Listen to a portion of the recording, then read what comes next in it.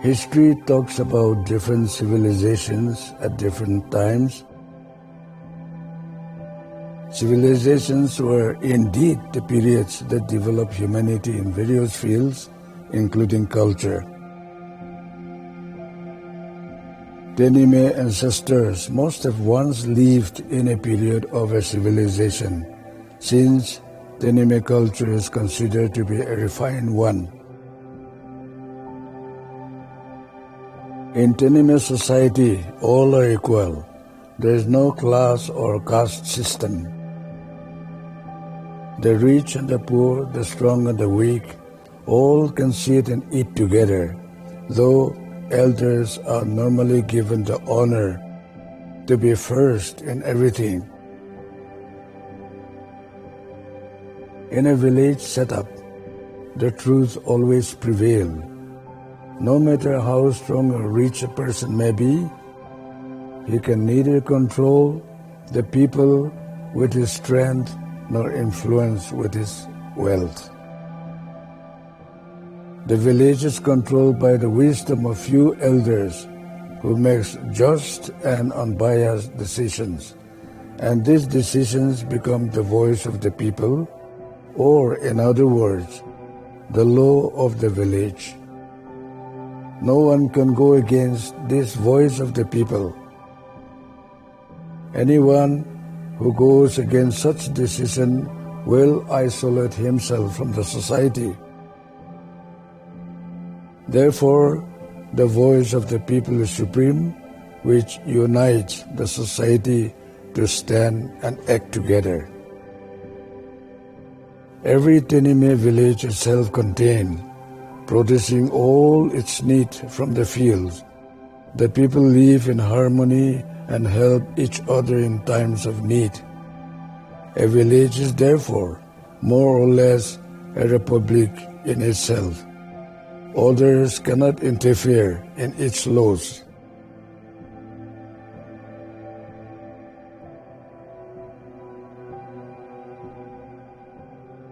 The Tenyimia culture is of high order, which is slowly diminishing under the context of transformation of society. And therefore, it has become crucial for young generations to preserve and make serious attempt to recapture the values of our culture.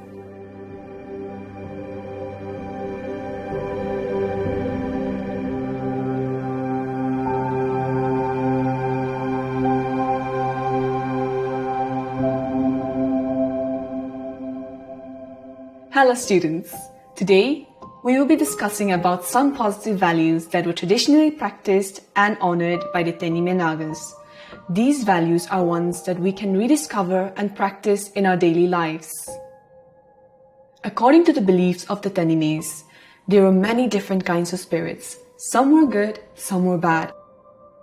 It was believed that man and spirit lived together. However, spirit was stronger than the man, and so man lived in fear in front of the spirits. They lived and acted their whole lives to please the spirits. But above all spirits, Tenyimia forefathers believed in one supreme God who was the creator of all things. One particular value I want to focus on is kenne. So what is kenne? In English, the words that come closest to describing it are taboo or forbidden. There is no word that exactly describes it to its true meaning. Kenne is considered as sacred and revered. Kenne is used to refrain people from doing things that should not be done. It has religious roots and also controls the social system. Kenne helps in maintaining order and discipline. Here I want to cite an example of kenne. It is said that if you see a wormwood plant plucked and kept on top of an object, or if you see a ball of leaves kept on any item, you should not take that object away as it has been claimed by another person. It is considered kenne to do so. There are many situations where kenne is imposed. Some of these are: it is kenne to laugh at someone's disability. It is kenne to call your parents or elders by their name. It is also kenne to send them to do chores for you. It is kenne to block major roads, public wells, or remove land boundary stones. When someone goes ahead and does something that is considered forbidden or kenne, it is believed that the anger of the spirits fall upon them and they are cursed for generations. They can also face misfortune or their lives can be shortened. This is the reason why kenne is taken very seriously.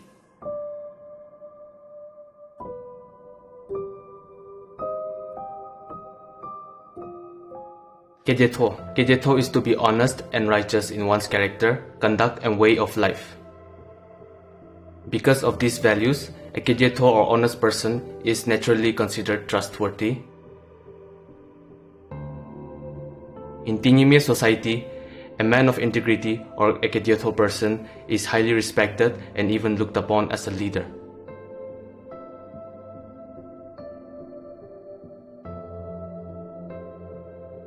Let me share some examples of kejeto with you. In olden times, when villagers went to their fields, they never locked their doors. It was because they trusted each other and people were generally honest. If anything was borrowed, extra care was taken to make sure that it is returned on time and in good condition. If it is damaged, it is replaced with a good one or one that is as good or even better than the one that was damaged. When the owner of a field is absent, the person working in his field will work harder to avoid any complaints. This is to make sure that the owner is happy with his work. This also signifies that he is a kejeto person. Such were the normal ways of life in the Tenyimia society. Kejeto is an essential value that encourages integrity, accountability to oneself, God, and society. When one practices kejeto, prosperity always follows.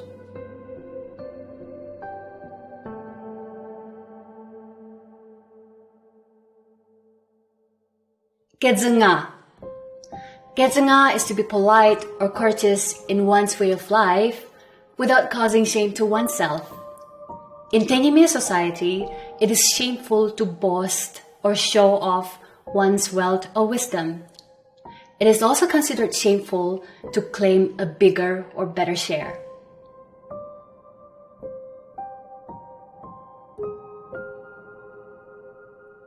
For example, if a group of people were to go to the forest to carry wood, it would be shameful for the first person to pick up the lightest load. Most Tenyimias would practice kedzenga by picking up the heaviest and biggest load and leaving the lighter load for his friends. When a community is feasting together, it is considered shameful to choose the meat of your choice. A Tenyimia would practice kedzenga by accepting whatever is being served and not being choosy. When it comes to food, it is also considered shameful to eat without working. Respect for elders is a key element in Tenyimia society. In a public gathering or meeting, it is considered shameful for young people to speak first before the elders speak. It is also considered shameful for young people to take a seat first before the elders get a seat. In such a situation, a young Tenyimia is expected to practice kedzenga by offering his seat to the elders. Courtesy, gratitude, and selflessness are important life lessons that we can practice in our daily lives. In doing so, we will be reviving kedzenga, an important value of our forefathers, even in our present day.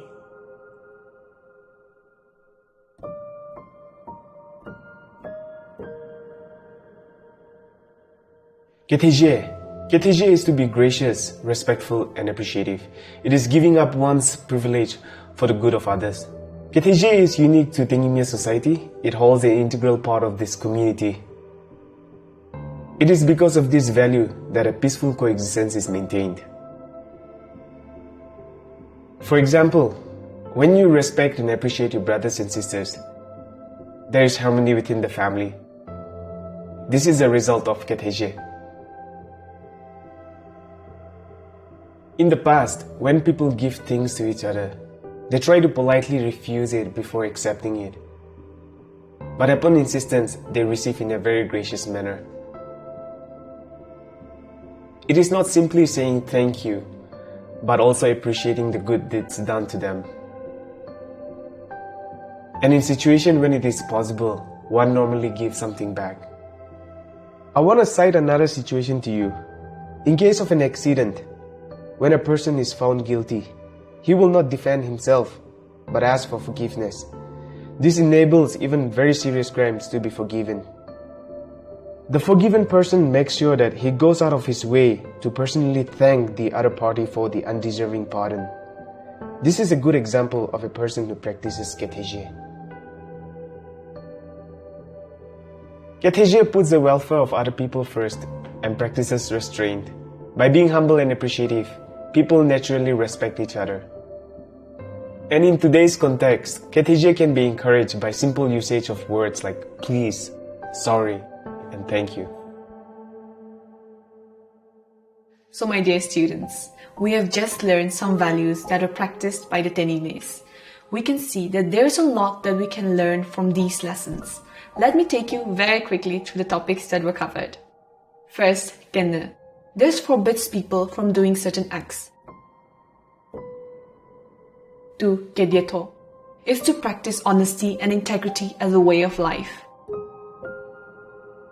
3. Kedzunga is to practice courtesy and avoid causing shame to oneself, one's family, village, and clan. 4th, and finally, Ketezye, which means being respectful and appreciative of others. We are living in a time where there is a lot of influence from other foreign cultures. It is no doubt important that we embrace the good qualities of others, but let us not forget the values that have brought us so far. These are the pillars that have built our society, and we need to hold them very close to our hearts. Our culture is our identity, and without it, we are lost.